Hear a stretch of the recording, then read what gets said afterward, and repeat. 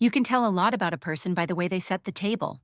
Delaney always sets mine with the same two things: a fork that's slightly bent and a silence that weighs more than any accusation. This morning was no different. The eggs had gone cold before she even walked in. I'd fried them the way she liked, lightly browned edges, just enough salt, but she barely looked at the plate. Instead, she fixed her eyes on the stack of mail beside it. Her voice cut through the morning stillness like a draft. I'm just tired of funding you. I didn't answer, not right away. I couldn't decide what stung more, her tone or the casual finality behind the words. Like she'd rehearsed them, filed them down to the sharpest point. She reached for her smoothie, the kind that costs more than a week of groceries in my world, and sipped it without looking up. I noticed the way she held the glass, elegant fingers curled like her grandmother's. But the grace skipped a generation, I suppose. Delaney is 28, ambitious, polished, the kind of woman who makes waiters nervous. She dresses in pressed linen suits and beige heels even on weekends, as if any lapse in perfection might crack the veneer she's worked so hard to lacquer over her life. She's got her father's jaw and my mother's silence, though with her it's weaponized. We live in a modest two-bedroom apartment in a sleepy corner of Ohio. The walls are stained with years, the hardwood groans when you walk over it wrong, and the wallpaper in the hallway has started to peel in one corner like it. 2 is giving up. There's a draft that whistles through the windows in winter. I know because I still sit by the radiator sometimes, just to feel something warm that doesn't come with conditions. Delaney makes 6 figures working in corporate strategy. I stopped asking what that meant after she said it twice with a sigh, like I was slow. She pays most of the bills, but not all. Not that she ever acknowledges the difference. I take care of the rest, quietly, without reminders. But in her eyes, my value expired the moment she got her first paycheck. That morning, I watched the yolk dry on her plate and thought about all the things I could have said.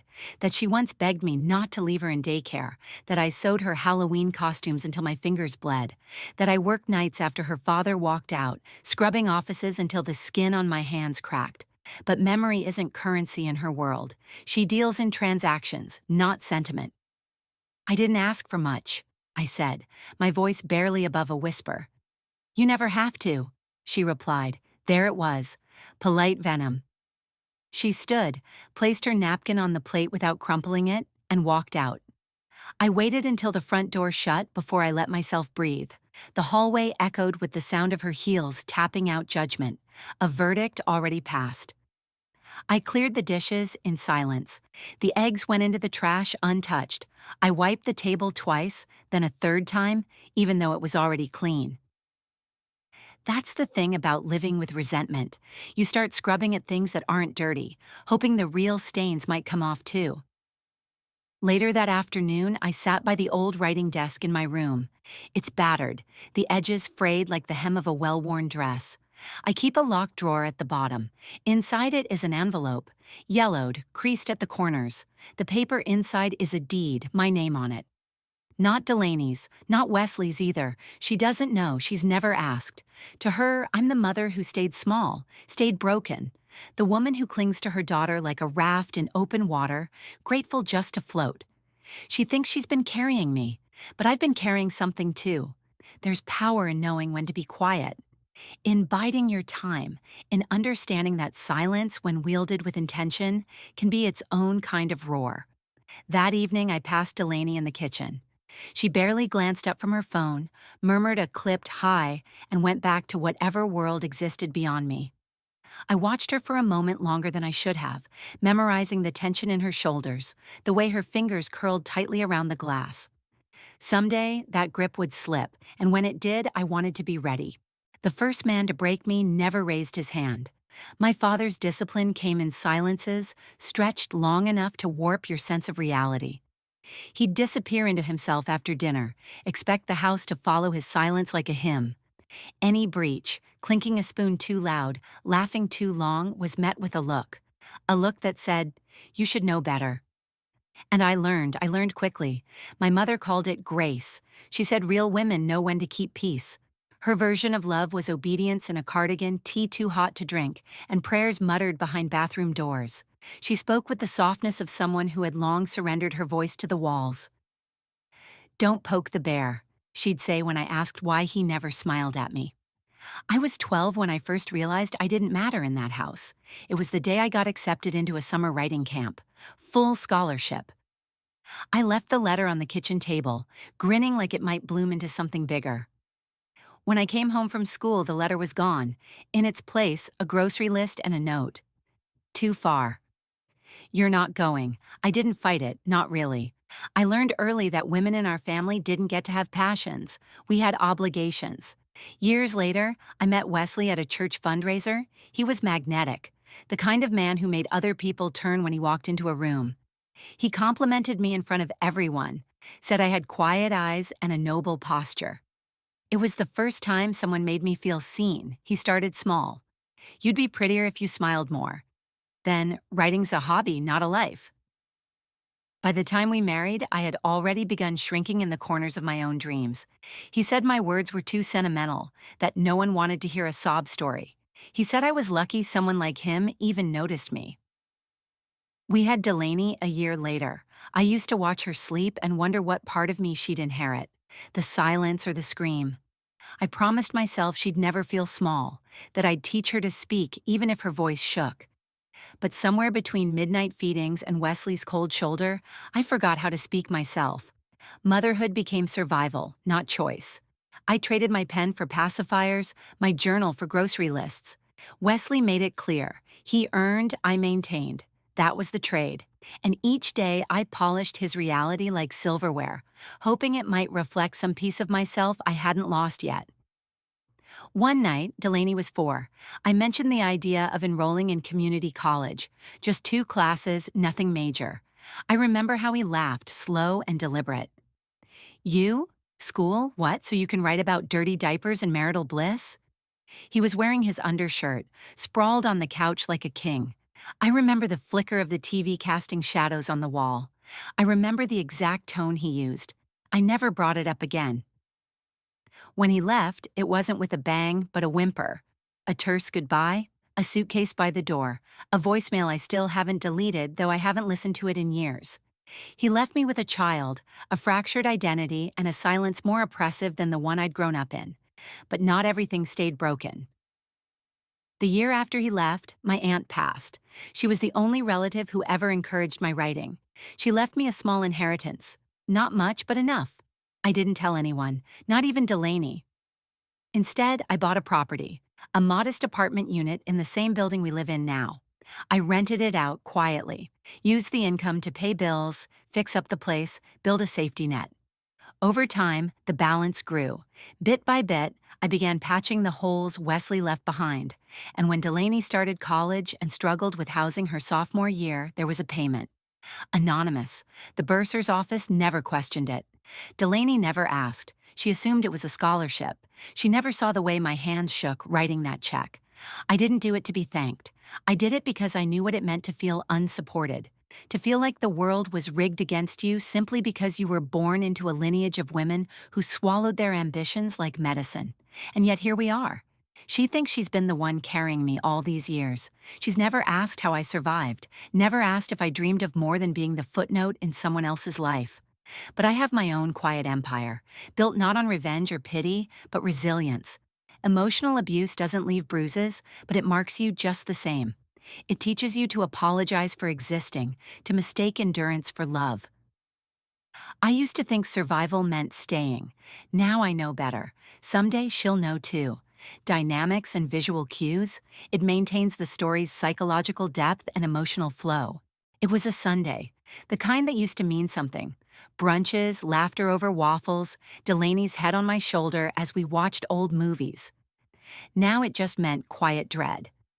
She stood in the living room, gesturing toward the window as 2 potential buyers surveyed the apartment.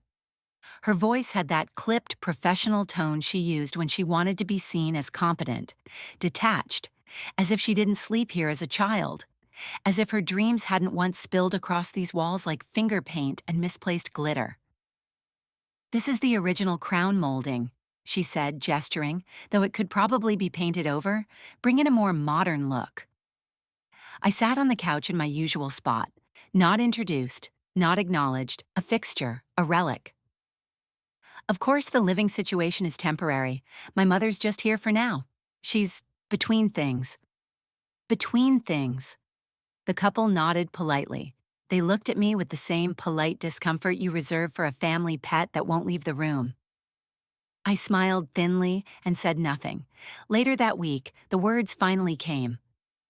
Over dinner, not ours, her friend Camilla's birthday, a long table in a trendy restaurant, all white linen and low light. Everyone was dressed in tailored indifference. Chase sat beside Delaney, his hand on her thigh, laughing too loud at his own jokes. Someone asked what I did for work, and before I could answer, Delaney laughed. She's retired, kind of. Kind of. That one stung more than I expected. I cleared my throat. I do some light freelance work. I write. Chase leaned forward. Oh? Like mommy blogs? The table chuckled, polite but sharp.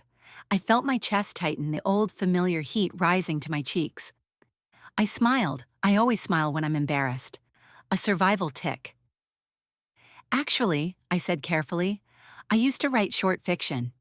I've been considering picking it back up.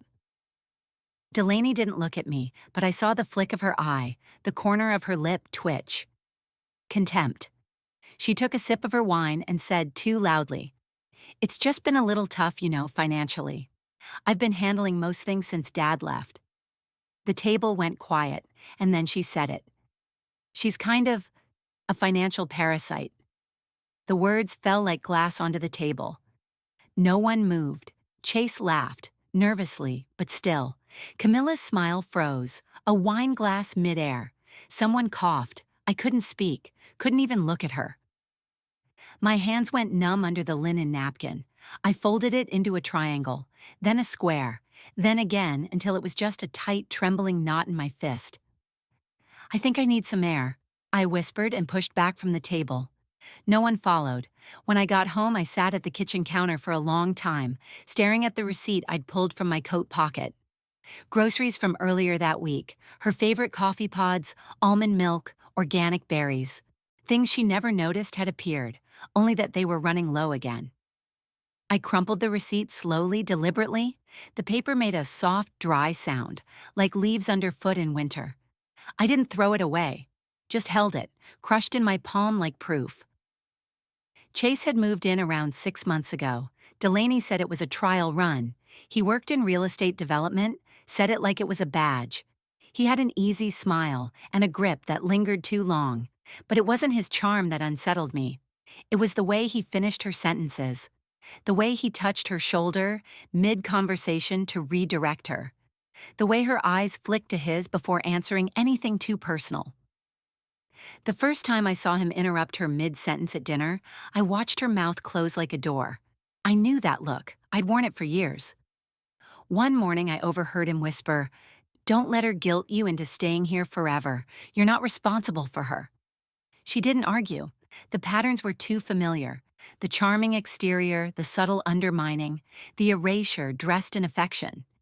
Chase was Wesley without the shouting, slicker, more practiced, a gentler cage. I'd hoped she'd escape this, that by absorbing the blow of Wesley's disdain, I'd at least spare her the cycle. But trauma doesn't dissolve, it mutates, and silence, handed down like a family heirloom, becomes the language we learn best. That night, I sat in my room and opened the drawer. The envelope with the deed felt heavier than usual. I traced my name on it with my finger. I'd kept the truth hidden, not out of fear, but habit, because I'd been conditioned to believe survival was quiet, that love meant sacrifice, even if it cost you your name. But something in me shifted then. Not enough to speak. Not yet. But enough to know the silence had overstayed its welcome. And I wasn't sure I could protect her anymore. Not from him, not from herself. Widening distance between mother and daughter while subtly exploring guilt, resilience, and buried pain resurfacing. There was a time Delaney used to crawl into bed with me in the middle of the night, whispering, "Mommy, I had a bad dream." I'd pull her close, feel her tiny fingers grip my shirt like they were anchoring her to safety. In those quiet hours before the sun diluted everything, she'd tell me she loved me more than pancakes or crayons or even ponies, which, for a 6-year-old, was a kingdom's worth of love. She used to call me her best friend. Now she barely looks me in the eye. These days, when we pass each other in the apartment, it feels like brushing shoulders with a stranger in a narrow hallway. She scrolls her phone, AirPods tucked in like invisible armor. If I ask a question, anything from "Did you eat" to "Do you want to watch something tonight?" she answers with the brevity of someone at the DMV. Sometimes she doesn't answer at all. She's become efficient at correcting me in front of others. If I mispronounce a name, if I forget something trivial, she doesn't wait until we're alone. She steps in. Light tone, rehearsed smile, the correction slid in like a surgeon's scalpel. It's not just the words, it's the energy. Her whole body stiffens around me, like being near me triggers some latent shame she can't yet name. In the evenings, when the house grows quiet and the glow from her room is the only sign she still lives here, I retreat to my room and read old letters, some from friends I lost touch with, some from myself, a younger version who still believed healing could be linear. I keep a journal, half confession, half survival manual. Some nights, I don't write at all. I just stare at the pages, willing the silence to explain itself. There are moments I catch myself watching her, like a mother spying on a ghost, trying to find some trace of the girl I raised beneath all that cold polish. And then there are the other moments, short, flickering things, when I see her wipe at her eyes too quickly, when she lingers a second too long in the hallway, like she might say something if the right silence opened. I know pain doesn't always make noise. I know silence is often a scream dressed in restraint, but knowing that doesn't make this any easier. Sometimes I wonder if the damage Wesley did was to both of us in equal measure, just absorbed differently. I wore mine in my spine, in the way I slouched, in the way I stopped dreaming. She wears hers in the steel she's built around her voice. She confuses control with safety. Just like he did, the guilt clings to me. I didn't leave early enough. I didn't fight hard enough. I thought shielding her from his words was enough, but she caught the shards anyway. I see him in her now, in the way she weaponizes distance, in the way she's always bracing for betrayal that hasn't happened yet, but I also see myself, and that terrifies me more. Because if she's becoming what we both escaped, what does that say about what I taught her? A few nights ago, I found myself in her old room. I hadn't been in there since she moved into the master. Dust had begun to claim the bookshelf. Her childhood lamp, pink with butterfly decals, sat unplugged in the corner. I opened the bottom drawer of her old desk looking for a notepad, something to jot down a grocery list. What I found instead was a letter. Folded, yellowed slightly at the edges, tucked beneath a stack of forgotten magazines. It was addressed to me. Mom. It began, the handwriting shaky, teenage with oversized loops and streaks where the pen pressed too hard. I don't know how to say this out loud without it sounding crazy, but sometimes I think I'm turning into him. I hate how angry I get. I hate that I shut people out when I don't mean to. I hate that I can't tell you this face to face because I know how much it would hurt you. I read the whole thing sitting on her childhood floor, knees pulled to my chest like the girl who once read fairy tales here. Her words poured out in jagged sentences, how scared she was of herself, how much she resented Wesley, how much she wanted to protect me but didn't know how. You don't deserve how I act sometimes. I see it. I just don't know how to stop it. At the bottom, she never signed her name. Just 3 words. I'm still trying. I folded the letter slowly, as if the paper itself might break under the weight of what it carried. She never gave it to me. She probably never meant to. But the fact that she wrote it at all tells me there's still a thread between us. Frayed, but unbroken. She's not cruel. She's scared. She's been trying to outrun a legacy that no one trained her to confront. And I've been standing in her path, not as a mother, but as a mirror. I'm beginning to understand that healing won't come from confrontation. It'll come from honesty, from showing her that I see the cracks, and I still choose to love her through them. And maybe, someday she'll read one of my letters too.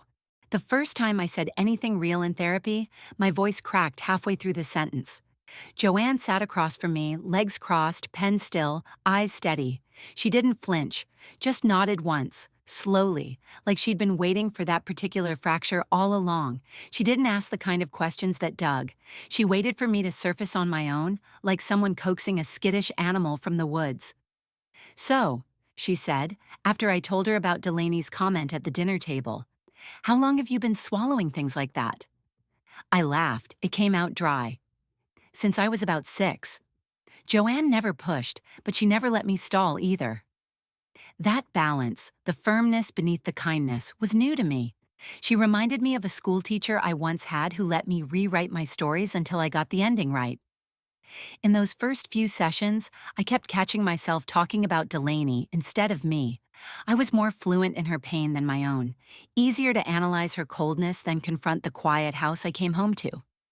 Joanne noticed. She said, "It's hard to look in the mirror when your whole life people taught you to turn away." That line stuck with me. After our third session, she asked me what I remembered about my first real decision, one I made for myself, not someone else. I thought of the apartment, the deed, the day I signed the papers with hands that wouldn't stop shaking. It had been 10 years since I stepped into that notary office. I still remember the clerk's chipped nail polish, the hum of the ceiling fan, the ink bleeding slightly as I pressed the pen too hard. I'd worn a blouse with a small tear at the shoulder. I told myself I'd fix it later. I never did. I didn't tell a soul about that apartment. Not Wesley, not Delaney. It was mine. The first and only thing I'd ever claimed just for me. In therapy, that memory took on new meaning. Joanne called it a break in the cycle, a moment where I chose self-preservation, even if I wasn't ready to say it out loud. "You stayed silent to survive," she said. "Now you're starting to speak because you want to live." Each week, I found myself shedding layers I didn't know I'd wrapped around me. Phrases like, "It wasn't that bad," and "It's just how things were" started to feel like lies. My mother's voice, once a ghostly narrator in my head, began to fade. I no longer flinched when I disagreed with someone. I even started leaving a little room in conversations for my own opinion, not just agreement. One morning after a session, I walked past the hallway mirror. I'd passed that mirror 1,000 times, each glance so quick it barely registered. But this time, I stopped. Not just to look, to really see. I expected to see my mother's eyes, her sunken jawline, her tired resignation. But instead, I saw mine. Soft but present. Older, yes, but awake. I leaned in, touched my cheek, not to check for makeup or blemishes, just to feel that I was real, that I was still here. I didn't cry, I didn't smile, I just nodded, like meeting someone familiar for the first time in years. That night, I opened my bottom drawer, the one below the deed, and found my old journals. Most were half finished, the ink faded and smudged. Some pages were written in all caps, others like whispers. I ran my fingers across the paper, felt a familiar ache bloom in my chest. I picked up a pen, not to vent, not to catalog pain, but to write, really write. The words came slow at first, then faster. A small story about a woman who lived in a house where the walls remembered everything. It wasn't good, but it was mine. I wrote until my hand cramped. Delaney knocked once on my door around midnight. I quickly closed the journal instinctively. Old habits. She asked if I'd seen her charger. I pointed. She took it without thanks, but before she left, she paused, just for a second. "You okay?" Her voice was half-hearted, but it was something. I nodded. "I'm getting there." She didn't respond, just turned and left. Still, I stayed at the desk another hour, not because I needed to, because I wanted to. The writing felt like breathing underwater and realizing you had gills the whole time. Each sentence was a reclamation. Each paragraph, a stitched wound. And for the first time in years, I felt the faint thrum of power in my fingertips. I was no longer writing to disappear, I was writing to return. The deed had lived in a drawer for 10 years, untouched, aging quietly like a secret waiting for its cue. I pulled it out the night before she invited me to coffee. Not because I planned to use it, but because I wanted to feel the weight of it again. Paper has a way of holding silence. But unlike people, it doesn't lie. The envelope was slightly yellowed at the edges, the signature still bold. My name, not hers, not Wesley's, just mine. Delaney had sent the text earlier that day. Coffee tomorrow? Last one here before the move. No apology. No acknowledgement of the birthday dinner. Just that. The move was into a high-rise apartment with marble countertops, skyline views, and a monthly rent that could swallow a mortgage. Chase's idea, I assumed. He'd been whispering about equity, investment, growth. Buzzwords that floated in the air like perfume. I didn't answer right away. When I finally did, it was one word. Sure, the next morning the apartment was bathed in warm light, the kind that made even the peeling paint look sentimental. She had already started packing. Boxes lined the hallway like quiet witnesses. I noticed her childhood snow globe sitting by the sink. I didn't say anything. She handed me a mug of black coffee. No cream, no sugar, no ceremony. We sat across from each other at the kitchen table, the air between us tight with everything unspoken. So I signed the lease yesterday, she said casually, sipping. The new place has a fitness center and a wine fridge. That's nice, I replied, matching her tone. Even, polite, distant, she looked around. Hard to believe we were here this long. Honestly, I think we both need the change. I nodded. Maybe. She tilted her head. You'll be all right here for now? Until you figure things out? And that was it, the moment I'd been waiting for. I set my coffee down. Actually, I'm not staying here. Her brow furrowed. You're not? I reached into my bag, pulled out the envelope, and placed it on the table between us. She glanced at it, confused. What's that? I opened the flap and slid the paper toward her. You've been living in my place this whole time. The silence was immediate and sharp, like the moment just before glass shatters. Delaney didn't move. Her eyes scanned the paper once, then again, then a third time, slower. What is this? She asked, voice faltering. It's the deed. I bought the apartment a decade ago, after Aunt Margaret passed. It's in my name. She looked up, disoriented. No, that's not possible. Mom, why didn't you tell me? I didn't think I needed to, I said. You were too busy believing I couldn't survive without you. She blinked. This has to be some kind of joke. It's not. Her voice rose, sharper now. So you've just been letting me think, letting me pay for everything while you sit here with your little secret stash? I never asked you to cover anything, I said, my tone still even. You insisted, and I didn't stop you because it seemed to make you feel powerful. Her mouth opened, then closed. She stood up, paced a tight circle around the kitchen. This is manipulative, Mom. You don't drop a bomb like this and expect me to just, congratulate you? I don't expect anything, I said, but I won't let you speak to me like I'm a burden anymore. Her face twisted, confusion giving way to something uglier. Did Chase know about this?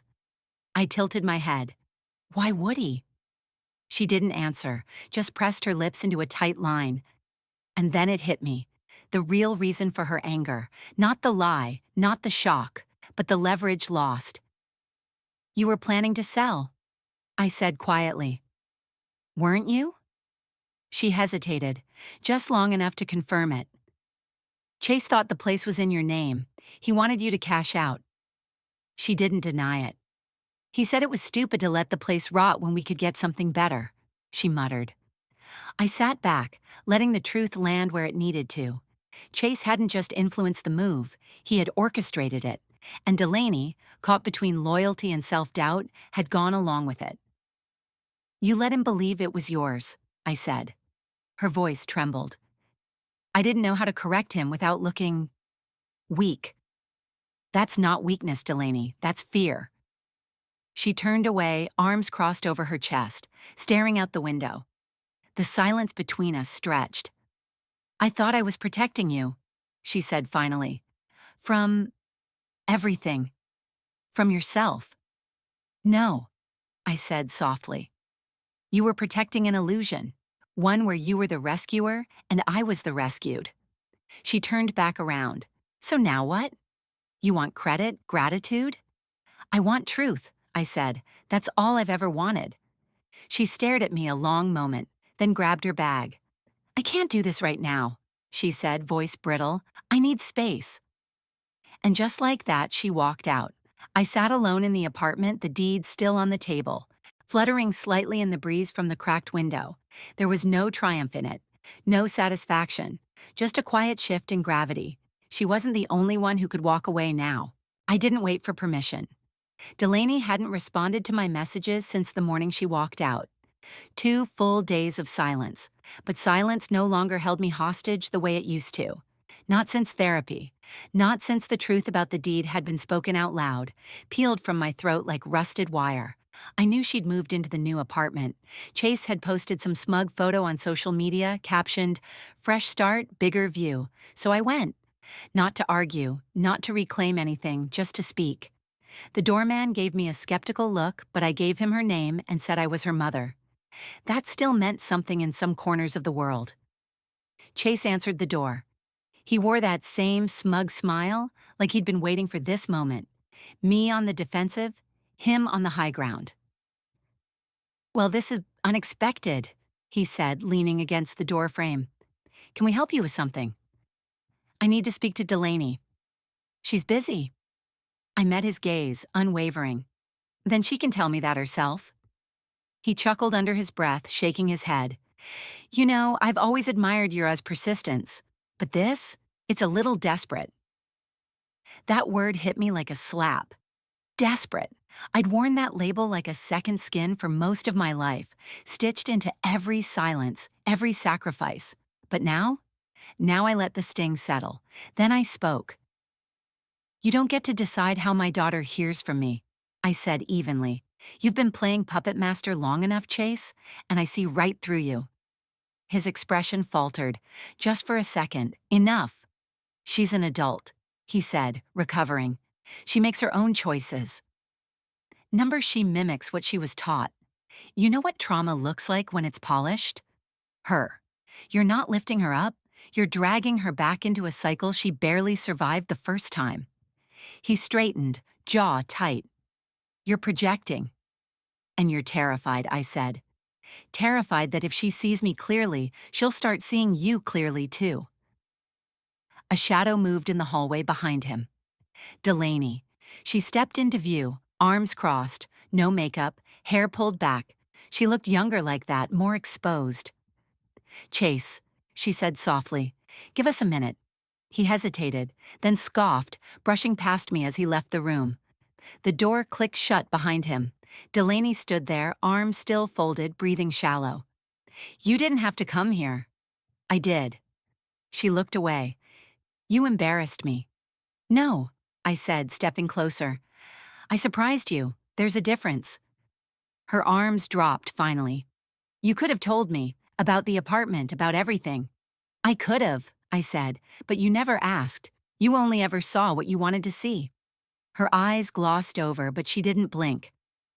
"I thought your silence meant you had nothing to say," she whispered. "That you had nothing in you." "I had too much," I said, "but no one ever listened when I tried to speak, so I stopped, and then I taught you to do the same, by example." A tear slipped down her cheek. She wiped it away roughly. "All those years," she said, voice cracking. "I was angry because I thought you were weak. I thought you let him break you." "I did," I said softly, "but only for a while, and I came back." She shook her head. "I didn't want to be like either of you. So I became something else, cold, in control." "You became armor," I said, "but it's not the same as strength." She stared at the floor. "I read your letter," I said. Her eyes shot up. "What?" "In your old room, the one you never gave me, the one that said you were afraid of becoming like him."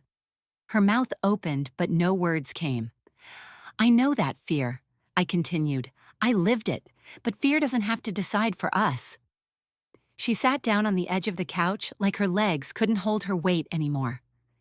"I didn't want to hurt you," she said, "but I didn't know how else to protect myself."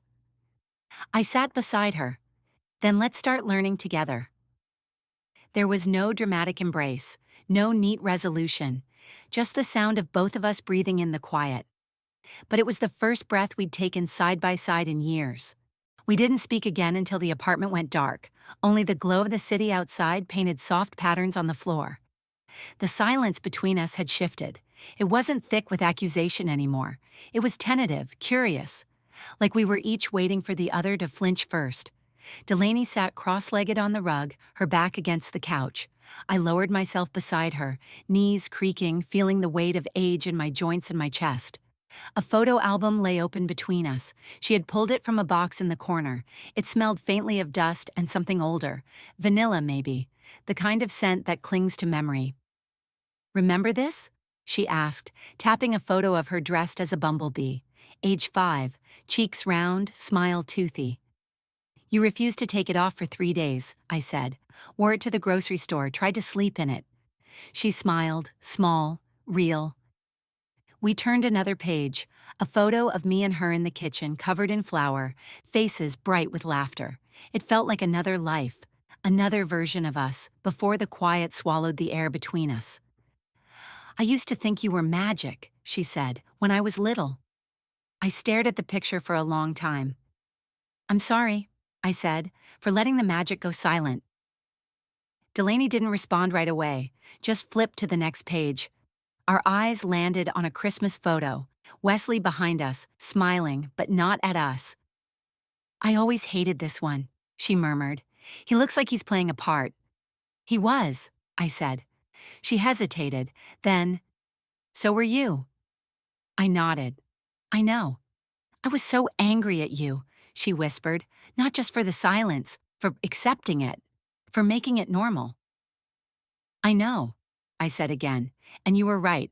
I let too much slide. I taught you that surviving was more important than speaking, that love meant shrinking." She looked at me then, really looked, and I copied it. "You were a child," I said. "It wasn't your job to unlearn what I never taught."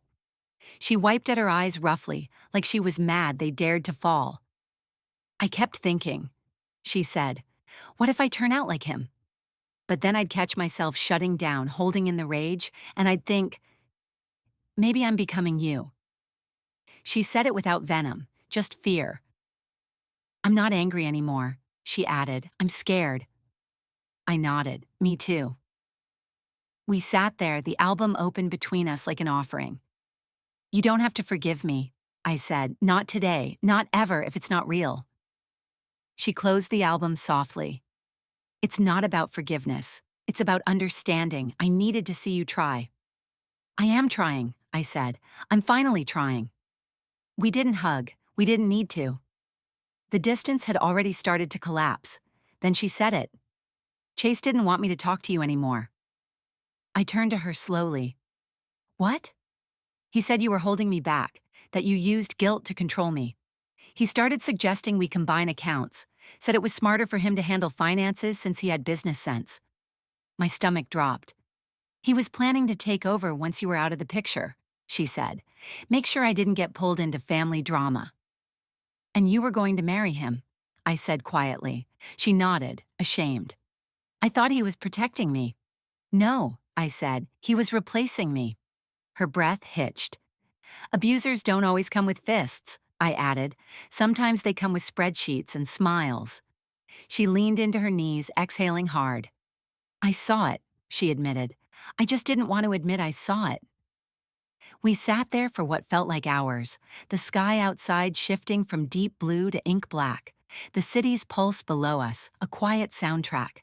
She reached for another photo. Us at the beach, my arm around her, sunburn on my shoulder, freckles across her nose. "I want to get back to this," she said. "So do I replied. Maybe we couldn't undo the past, but sitting there with years of grief between our fingertips and tears soaking the edges of memory, we started something new, a fragile understanding, not perfect, not polished, but real. We packed in silence, but this time it wasn't the heavy, stifling kind that used to hover between us. It was the kind that said, "We're doing this, together." Delaney's apartment with Chase felt colder now, even though the heat was on. The walls were bare, stripped of the curated art and furniture he'd insisted on, all pre-approved for resale value. She had 2 boxes marked keep, 3 marked trash, and 1 marked not sure. I watched her hesitate over a framed picture of the two of them at some formal event. She stared at it for a moment, then set it face down. "Leave it," I said gently. She did. The final load went into my car, a small bookshelf, a suitcase, and a few bags. No drama, no last words. She didn't cry, neither did I. Back home, the apartment looked different, even though nothing had changed. Maybe because we had. Maybe because the lies had been scraped clean, and what remained was simple, honest space. A week later, I sat her down at the kitchen table. "I want you to have part of this," I said, sliding a notarized document toward her. She blinked. "What is this?" "Partial ownership of the apartment." Her eyes widened. "Why?" "Not because I owe you, not because you need it, because this place should belong to both of us, not out of guilt, out of partnership." She picked it up, hands trembling slightly. "Are you sure?" "I've never been more sure." She didn't say thank you. She didn't have to. Her fingers closed around the paper like something sacred. It was the first decision I'd made in years that felt wholly mine and freely shared. In the days that followed, we fell into a rhythm that didn't resemble the past or mimic obligation. Just two women learning how to live near each other with honesty. She made breakfast some mornings. I did dishes. We gave each other space. We asked, instead of assuming. And then one morning, she walked into the kitchen, eyes puffy but focused. "I made a therapy appointment," she said. I looked up from my tea. "Yeah?" She nodded. "Found someone on my own, paid for it myself." "That's good." She smiled softly. "I figured if you could face your ghosts, I could start chasing mine." Pride swelled in my chest, not for her choice alone, but because she'd said it without defensiveness, without needing me to clap or validate. She was doing it for herself, and I was doing things for me, too. I'd joined a women's writing group, 6 of us, all over 50, some divorced, some widowed, all with stories thick in their throats. We met every Tuesday in the back room of the library. The first time I read aloud, my hands shook, but my voice didn't. I started working on a memoir, tentative, clunky, but true. I called it The Quiet Room. Each chapter explored the spaces I had shrunk into, the rooms I had been told to disappear in, and the ones I had finally reclaimed. The words came like old friends, not rushed, not forced, just there, waiting for me. Sometimes Delaney would pass by the room and glance at my notebook. She never pried. Once she asked, "Is it about us?" I said, "Some of it." She nodded. "Okay." We didn't need to define everything anymore. One night, we sat on the couch watching an old sitcom. A scene came on where the mother embarrasses her adult daughter at dinner. Delaney turned to me, smirking. That used to make me cringe. And now? Now I just think, damn, moms really try their best. We laughed, but underneath the laughter was something steadier, recognition. She didn't see me as fragile anymore, and I didn't see her as impossible. We were still flawed, still learning, but we were finally facing each other, not just surviving beside one another. Later that night, I passed by the bathroom and caught my reflection in the mirror. It stopped me, not because I looked different, but because I looked back. There she was, the woman I used to write about. The girl who dreamed in stories, the mother who stayed too long, the survivor who didn't know she was allowed to take up space. There was no trace of my mother in her eyes, no trace of Wesley in her jaw. Just me. The letter was still in its original place, folded, softened at the edges from years of being handled, and then hidden again. I had kept it tucked inside the same drawer where I'd stored Delaney's report cards and childhood drawings. She never knew I'd read it, never asked if I had. Now, with both of us seated cross-legged on the living room rug, I unfolded it in front of her and began to read. Her eyes met mine, then lowered. I don't know how to say this out loud without it sounding crazy. The words trembled in the air between us. Even now, with our walls down and so much progress made, hearing them out loud stripped something raw. I didn't stop to ask if she was ready. I just read. But sometimes I think I'm turning into him. When I looked up, her lips were parted slightly. Her gaze stayed locked on the letter, her expression unreadable. I was 16. she murmured. I remember writing it, but I didn't know you ever saw it. I didn't mean to find it, I said, but I think I needed to. She nodded, swallowing hard. It was the truest thing I ever wrote. There was silence after that. Not the heavy kind, just space, breathing room. Then she reached into the side table drawer and pulled out 2 notepads. I thought maybe we could try something, she said. Letters, but this time to ourselves. To our younger selves? I asked. She nodded. It took a few minutes to begin. The first line came slowly, then, like so many things that had been waiting to surface, the rest followed. Mine read, Dear girl with bruised dreams, you are not invisible. You are not less because you are quiet. One day, your silence will give way to truth, and that truth will not destroy you. It will set you free. Delaney's read, Dear 16-year-old me, you don't need to earn love by being perfect. It's okay to ask for help. It's okay to feel broken. You are not your father's rage or your mother's silence. You are becoming someone new.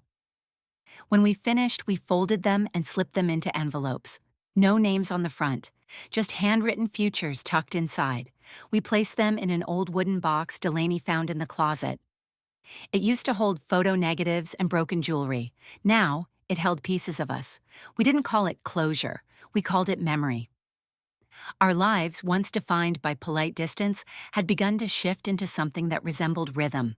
Every Thursday evening, we cooked dinner together. Nothing fancy.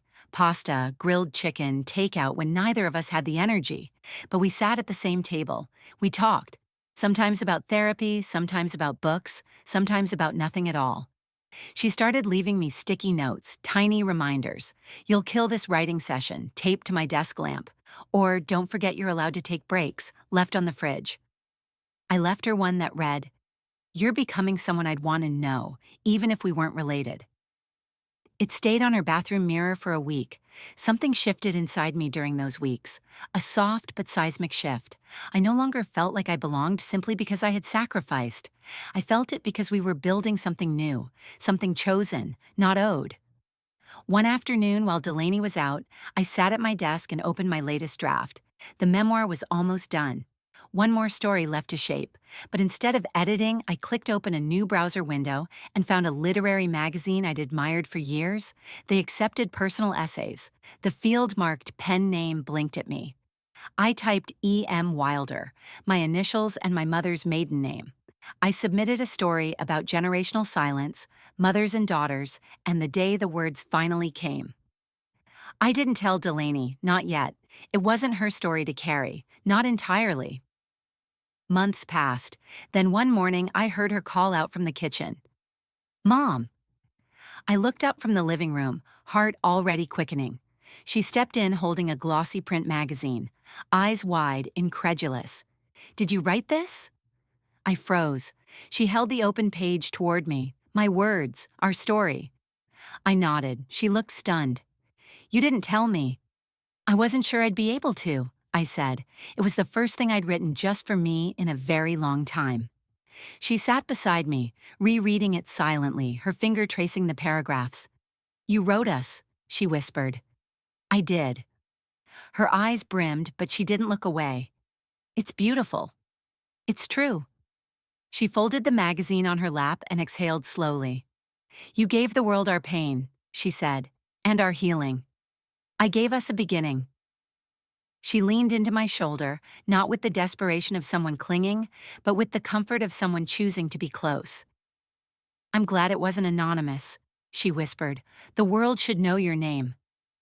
I smiled quietly. For the first time, it didn't scare me to be seen. Healing isn't just about remembering. It's about redefining. In the months that followed the publication, Delaney and I found ourselves rebuilding on ground neither of us had ever stood on before. Firm, open, and honest. But it wasn't smooth. Growth rarely is. I had to unlearn the version of motherhood that meant overextending. The one where love was proven by how much I could endure, how little I asked for in return. One morning over coffee, I told her, I won't absorb your silence anymore. If something hurts, I'll name it. If I need space, I'll take it, and I expect the same from you. Delaney paused mid-sip, then nodded slowly. Okay, she said, that's fair. We didn't call it boundaries, but that's what they were.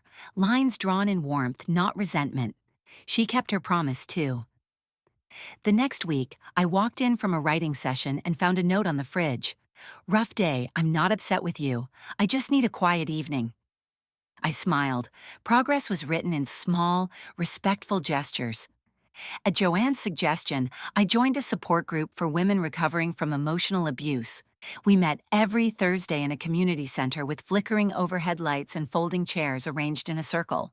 It wasn't glamorous, but it was safe. There, I met women like Gina, who left a 30-year marriage with nothing but a suitcase and her cat. Marcia, who hadn't spoken to her adult son in 5 years after setting firm boundaries. And Lydia, who finally called her trauma by its name after decades of calling it just stress. They became friends. Not the kind who demanded my energy, but the kind who offered theirs gently. I told them things I never thought I'd say aloud, about Wesley, about the silence, about the part of me that still feared taking up space. They didn't try to fix me. They listened. Delaney was healing in her own way, too. She started volunteering at a nonprofit for teen girls who'd survived emotionally manipulative relationships. Twice a week, she led journaling sessions, helped them name their feelings before those feelings turned into walls. Some of them remind me of myself at 15, she said one night, eyes soft, and some of them remind me of you. It was the closest she'd come to saying she was proud of me. I took it in like air after surfacing. One evening, we took a walk through the park near the apartment. The air was crisp, the leaves crunchy beneath our shoes. We walked in rhythm, arms occasionally brushing. She was the one who broke the silence. Do you think we're doomed to repeat it? The cycle? I asked. She nodded. I think we repeat what we don't acknowledge, I said, but we're not ignoring it anymore. She was quiet for a long moment. Then, sometimes I still feel it inside me, the pull to shut down, to disappear into control. I do too, I said, but now I know what it is. That makes a difference. She stopped walking. Do you ever think about how close we came to losing each other completely? All the time, I replied. I don't want to pass this on, she said. If I ever have kids, I don't want them to inherit the silence. Then we break it, I said, together. We stood there a while, letting the weight of that promise settle. Later, back at home, I opened my journal and wrote, Resilience isn't loud, it's consistent. It's built in quiet decisions, firm boundaries, and honest conversations. Delaney peeked in, holding 2 cups of tea. She handed me one, then sat beside me on the couch.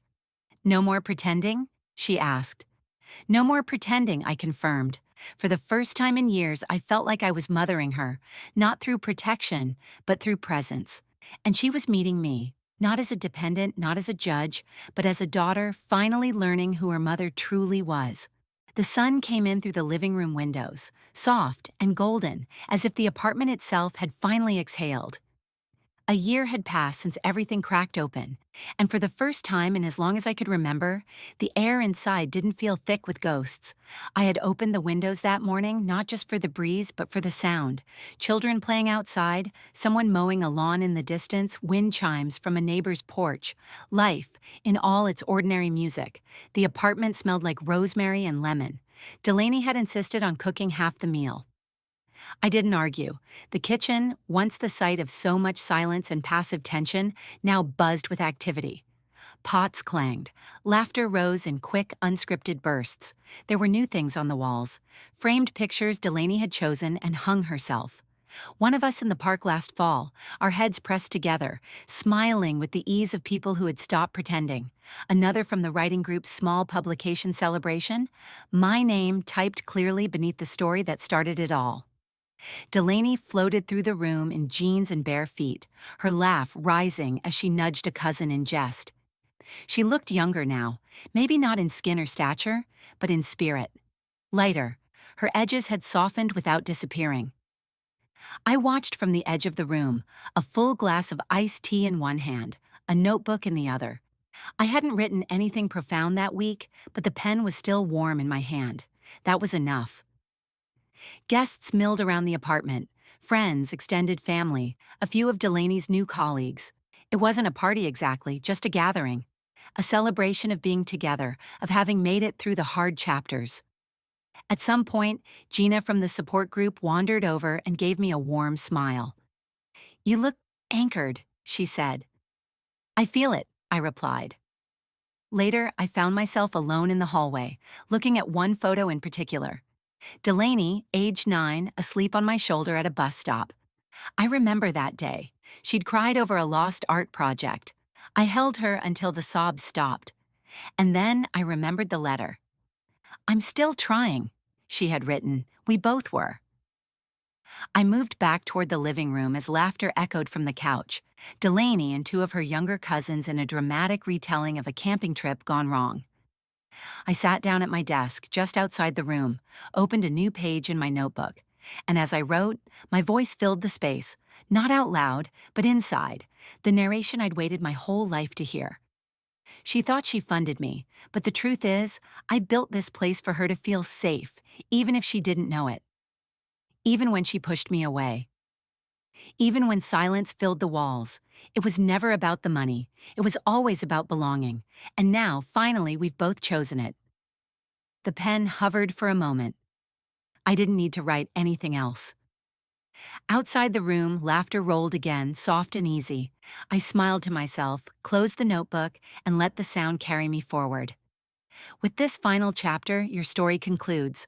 A full arc from pain to peace, silence to truth, fracture to chosen belonging. Let me know if you'd like the. If this story made you pause, remember someone, or see yourself, don't scroll past that feeling. Unspoken truths shape generations until someone dares to say them out loud. Your silence has a story. Maybe it's time you wrote it, and if not for you, then for the ones still learning how to speak.